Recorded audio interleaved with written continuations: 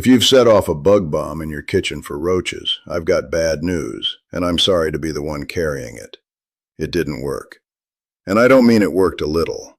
I mean researchers put this to the test in real apartments with real infestations, and the bombs did not reduce the roach population at all.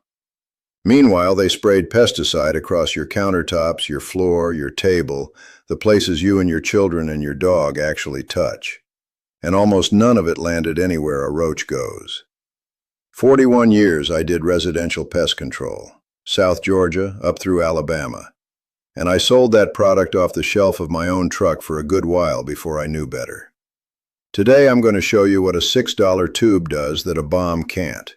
Why the roach you saw at 2 in the afternoon means something a lot worse than the one you saw at midnight, and the one number that explains why they always come back. But there's a mistake at the end of this, and it's the reason people fight roaches for years instead of 6 weeks. Stay with me for that one. Here's how it goes in every house I ever walked into. Somebody flips the kitchen light at 11 at night and something runs for the baseboard. Next morning they're at the store buying whatever's got the biggest roach on the label. They spray under the sink. They set the bomb off on Saturday, take the kids out for 4 hours, come home to that smell. And for about 3 days it looks like it worked. Then they're back. And here's the part that makes people crazy. There's more of them now. And they're in rooms they never were before. That's not your imagination, and it's not bad luck. You didn't kill a population, you scattered one. A roach that survives a spray doesn't stay put. It moves. Into the wall void, down the pipe chase, into the next room, into the neighbor's apartment. And it takes what's in it with it. So now instead of one problem under your sink, you've got 4 smaller ones spread through the house. And you can't see any of them. You didn't lose because you didn't try hard enough. You lost because the product you were sold was never going to work. And 40 years ago, I was the man selling it. Let me tell you what a roach job actually was, from the inside. Roaches were the call nobody wanted and everybody needed. It's not like a wasp nest where you take it down and you're the hero. Roaches is a relationship. You're coming back.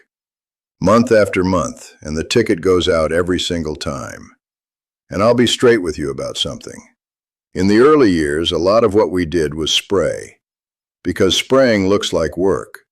The customer sees a man in uniform with a tank, walking the baseboards, wetting everything down.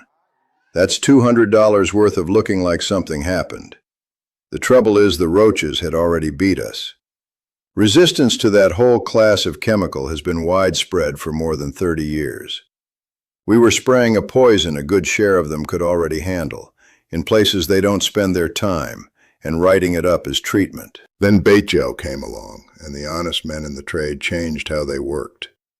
A pea of gel in the right crack does more than a full tank down a baseboard. Costs less too. But go look at the shelf in any hardware store today. What's at eye level? Bombs and sprays. Still, because they're what people expect to buy, and expectation is what sells. Now I said researchers actually tested the bombs. Let me tell you what they found, because it's worse than they don't work very well. Here's where we're going. First, what you've actually got, because German and American roaches are 2 completely different problems, and the treatment is not the same.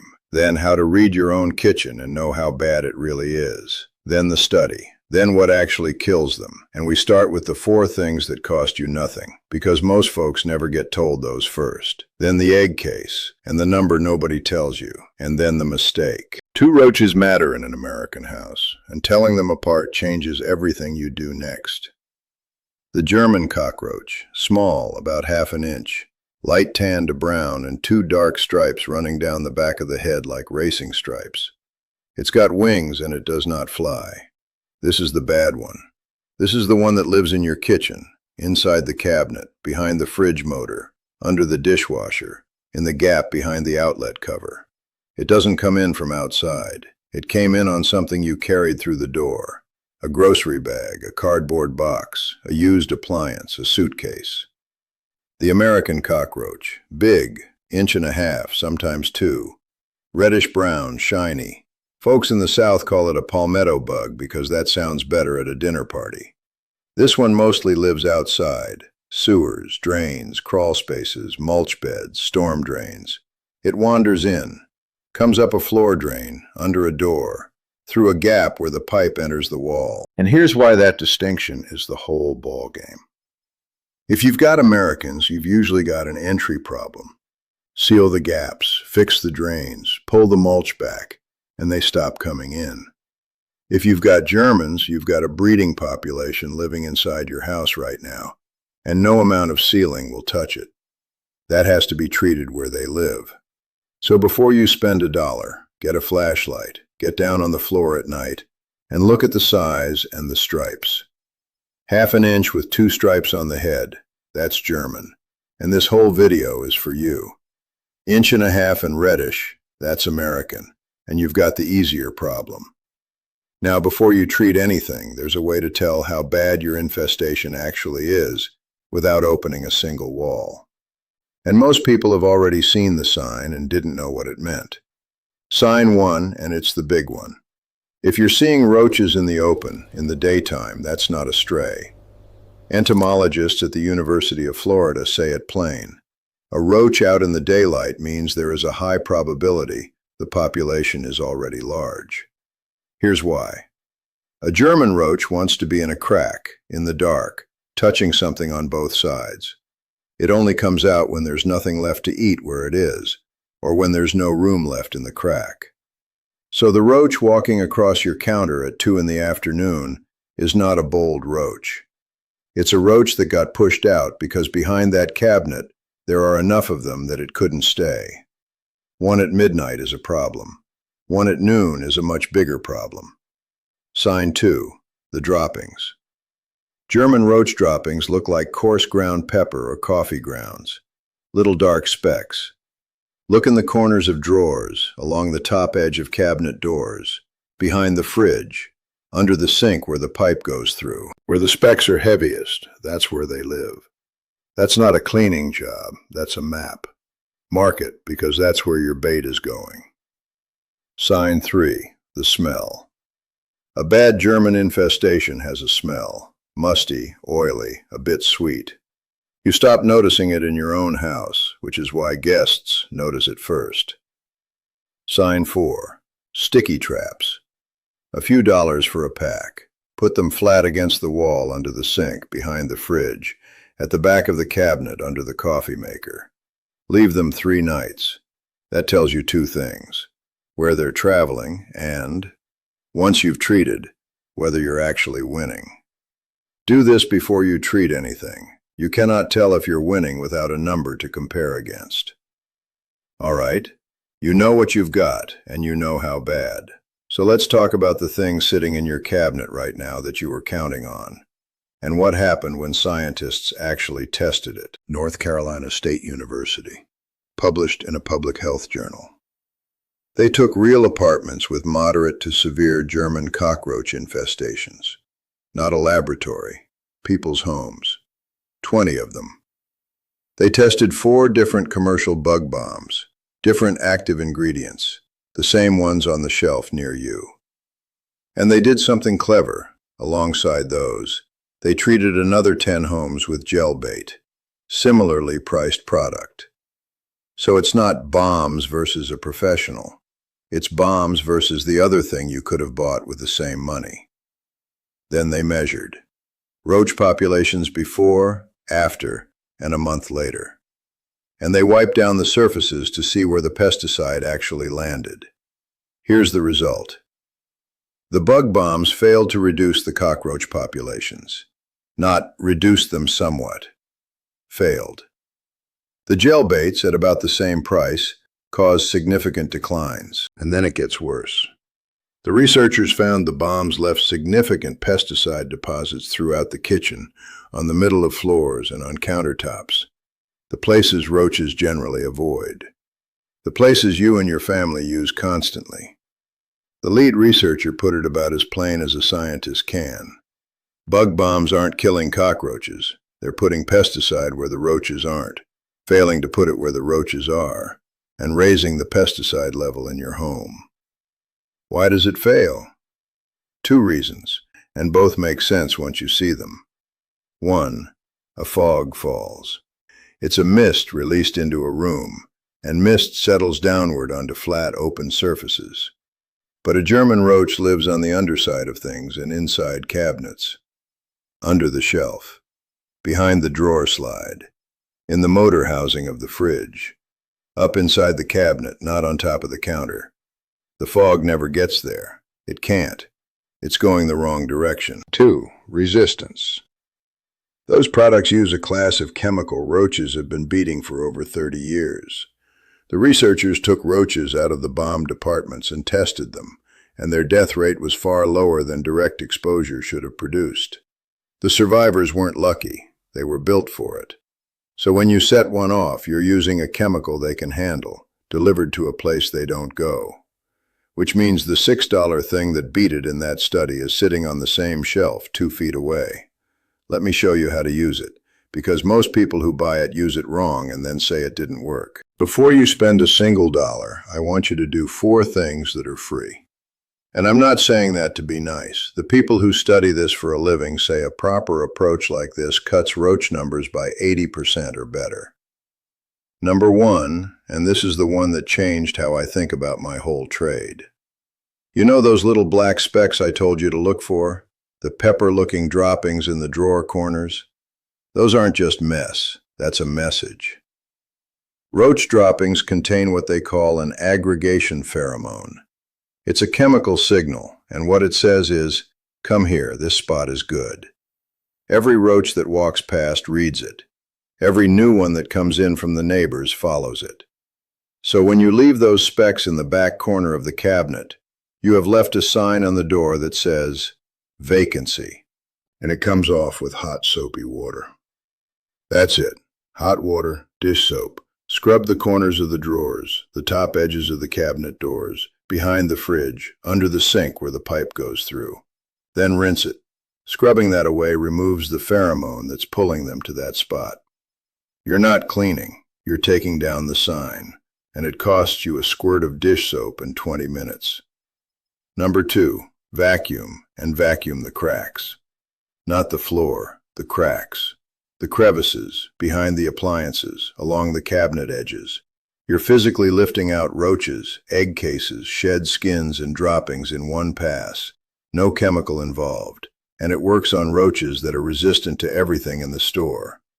One thing worth knowing, those shed skins and droppings cause allergies when they get in the air. So a vacuum with a HEPA filter is worth using if you've got one. And take the bag or canister straight outside when you're done, not the kitchen bin. Number 3, take the water away. Everything in this house runs on water. A German roach can go a good while without a meal. It cannot skip water. Fix the drip under the sink. Dry the sink out before bed. Wipe the counter dry. Empty the pans under the fridge that catch the condensation. Lift the pet bowl overnight. Fix the sweating pipe. Don't overwater the houseplants. That leak you've been meaning to get to for a year, that's their well. $2 of washer and you've cut off the one thing they can't do without. Number 4, close the cracks. And here's the measurement nobody gives you. A grown roach gets through a gap of about 1/16 of an inch, and what it likes is about 3/8. So take a tube of caulk, a few dollars, and go after the gap behind the backsplash, around the pipe under the sink, along the toe kick at the bottom of the cabinets, behind the outlet covers, where the countertop meets the wall. You're not sealing them out. They're already inside.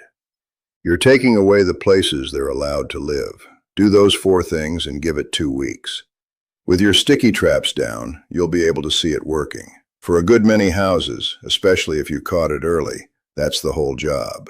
And you never opened a product. But if you've got an established population, free won't finish it. Sanitation gets you most of the way. It doesn't get you all the way. So let me show you the $6 thing that closes it out. The one that beat the bombs in that study. If the free work didn't finish it, this is the only product I'd tell you to buy. $6, about the price of 2 coffees. Why it beats everything else. A spray kills what it touches. Bait gets carried. A roach eats it, goes back into the harborage and dies in there, and the others feed on the droppings in the body. That is how a bait reaches roaches you'll never see, in a wall void you'll never open. That's the whole trick. You are not trying to kill the roaches you can see. You are trying to send poison home with them. Now here's how people ruin it, and it's always the same 3 ways. Mistake 1, putting it in the open. A stripe of gel down the middle of the counter does nothing. They won't cross open ground for it. Gel goes in the dark, tight places, inside the cabinet at the top corner, behind the hinge, under the sink where the pipe comes through, along the back edge of a drawer, behind the fridge, under the dishwasher lip. If you can see it standing up straight, it's in the wrong place. Mistake 2, one big blob. Wrong. Pea-sized dots, every 8 to 12 inches through the areas your traps and your droppings told you they live. 20 small dots beat one big one every time. Mistake 3, and this is the one that ruins everything, spraying anywhere near it. If you bait a cabinet and then spray a repellent along that same baseboard, the roaches will avoid the whole area, including the bait. You've just built a wall around the only thing that was going to work. Pick one. If you're baiting, put the spray can away entirely. And go back and check your dots. If the gel's gone, that's good news. They're eating. Replace it. If it's untouched after a week, it's in the wrong spot or dried out. Move it. One honest word. Roaches are becoming resistant to baits too in some places. If you've done everything right for 8 weeks and the traps aren't dropping, that's not you failing. That's a population that needs a professional, and there's no shame in that call. Keep at it 8 to 12 weeks, not 2. I'll explain exactly why in a minute, and it's the single most important thing in this video. But before that, there's a white powder that costs about $4, and used right, it does something the gel can't. Used wrong, it does nothing at all. And nearly everybody uses it wrong. Boric acid. $4 for a bottle that'll last you years. How it works. It's not a contact poison in the way people think. A roach walks through it, gets it on the body, and roaches groom themselves constantly, so it ends up eaten. It kills from the inside, and it kills slow, which is exactly what you want, because slow means the roach makes it home first. Here's what nearly everybody does wrong. They see a powder and they think more is better, so they lay down a visible white line along the wall. A roach will walk around a pile of powder. They can see it and they don't like the feel of it. You've just built another wall. The right way. So thin you can barely see it. A light dusting, blown or puffed back into cracks and voids. Behind the outlet cover. Into the gap under the cabinet toe kick. Into the void where a pipe enters the wall. Under the fridge and the stove. If you look at where you put it and think, that doesn't look like enough, that's about right. Where it must not go. Anywhere food is prepared. Anywhere a child or pet can reach it. And not on open surfaces. Cracks, voids, and under appliances only. Read the label. It's a pesticide, cheap as it is. And one honest note. People often reach for diatomaceous earth instead. It works on the same principle, but for roaches specifically, boric acid is the more effective of the two. If you're buying one, buy boric acid. Boric acid and gel together is the pairing that works. Gel in the cracks they feed in. A whisper of dust in the voids they travel through. What you don't do is add a spray on top of either one. Now, here's the number I promised you. And once you know it, you'll understand why everything you've tried for 2 weeks has failed for years. A female German cockroach carries a little brown capsule on her back end. It's called an ootheca. Maybe 1/3 of an inch, ridged, the color of a dried bean. Inside that one capsule, 30 to 40 roaches. And she doesn't make one. Over her life, she makes 4 to 8 of them. Call it 200 to 300 offspring from one female. About 1 capsule a month. Now hold that next to what you're doing when you stamp on one in the kitchen. And here's the part that beats every spray on the shelf. That shell protects the eggs. Most of what you can buy will not get through it. You can spray a cabinet until it's dripping and the capsule tucked in the hinge doesn't care. It hatches anyway. 2 weeks later, you've got 30 new roaches and you're standing there wondering what went wrong with a product that worked fine. And the German roach does something none of the others do. She carries that capsule attached to her body right up until a few hours before it hatches. Other roaches glue theirs in a crack and walk off. She doesn't. She's got it on her. which is exactly why bait beats everything. When you kill her with bait, you get the next 30 with her. Now you understand the 8 to 12 week rule. It's not stubbornness. Capsules already laid before you started will keep hatching for weeks. Your job isn't to kill roaches. It's to still be there, with fresh bait down, on the day the last one hatches. Quit at week 2 because it looks better, and you've handed the whole thing back to the survivors. 2 practical things. If you find a capsule, don't crush it and leave it. Pick it up with a paper towel or vacuum it, seal it in a bag, and put it in the outside bin. And if you're still catching egg-carrying females on your traps after 8 weeks of doing everything right, that's the point to call a professional. That's not failure. That's a population big enough to need help. All right, that's what works. Now the short list of what doesn't, including 2 things I recommended to customers for years before I knew better. Bombs and foggers. Covered. Failed outright in a controlled study while similarly priced gel bait worked. Wrong chemical, wrong direction, and it coats the surfaces your family touches. Repellent sprays is your main plan. They kill what you hit and scatter the rest. Worse, they contaminate your bait sites. Keep 1 can for a single roach on the wall if it makes you feel better, and keep it away from anywhere you've baited. Ultrasonic plug-in repellers. Kansas State tested these. Little effect on crickets, and next to nothing on roaches, ants, or spiders. The FTC has been after that industry since the 80s and sent warning letters to more than 60 manufacturers in 2001. One of them settled a class action for near $4 million. Bay leaves, cucumber peel, peppermint oil, coffee grounds. Every one of these gets passed around like it's a family secret. None of them will clear a German infestation. A roach that has decided to live behind your dishwasher is not leaving over a bay leaf. Cleaning alone. Now, sanitation matters, and I'm about to tell you it matters more than you think. But a spotless kitchen won't clear an established German population by itself.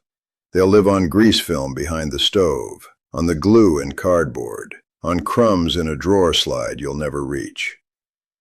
Clean and bait, not clean instead of bait.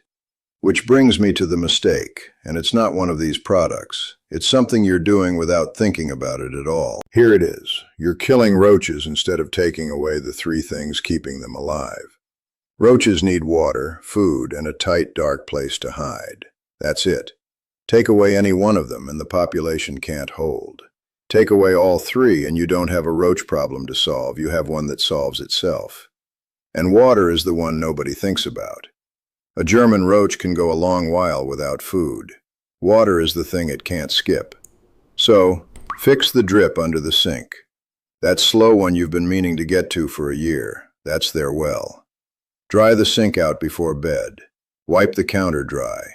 Empty the pet water bowl overnight and refill it in the morning. Fix the sweating pipe. Run the fan in the bathroom. Then food. Everything in sealed containers, not the bag it came in. Wipe the grease film off the side of the stove and the range hood. That film is a meal. Don't leave dishes wet in the sink overnight. Take the kitchen bin out at night, not in the morning. Then harborage, the hiding places. Get the cardboard out of your kitchen. Cardboard isn't just shelter to a roach. The glue in it is food. Break the boxes down and put them out the same day the groceries come in. Caulk the gap behind the backsplash, around the pipe under the sink, along the toe kick. Do that and bait and hold it for 8 weeks. Kill them one at a time, and you'll be doing this every summer for the rest of your life. One last thing, and then I'll let you get on. Go look under your kitchen sink tonight. Not for roaches, for water. Run your hand along the bottom of the cabinet and see if it comes back damp. If it does, you found it. That's the thing feeding everything you've been fighting, and it costs about $2 to fix. If you want the rest of what 41 years taught me, I put a new one up every couple of days. I'll be here.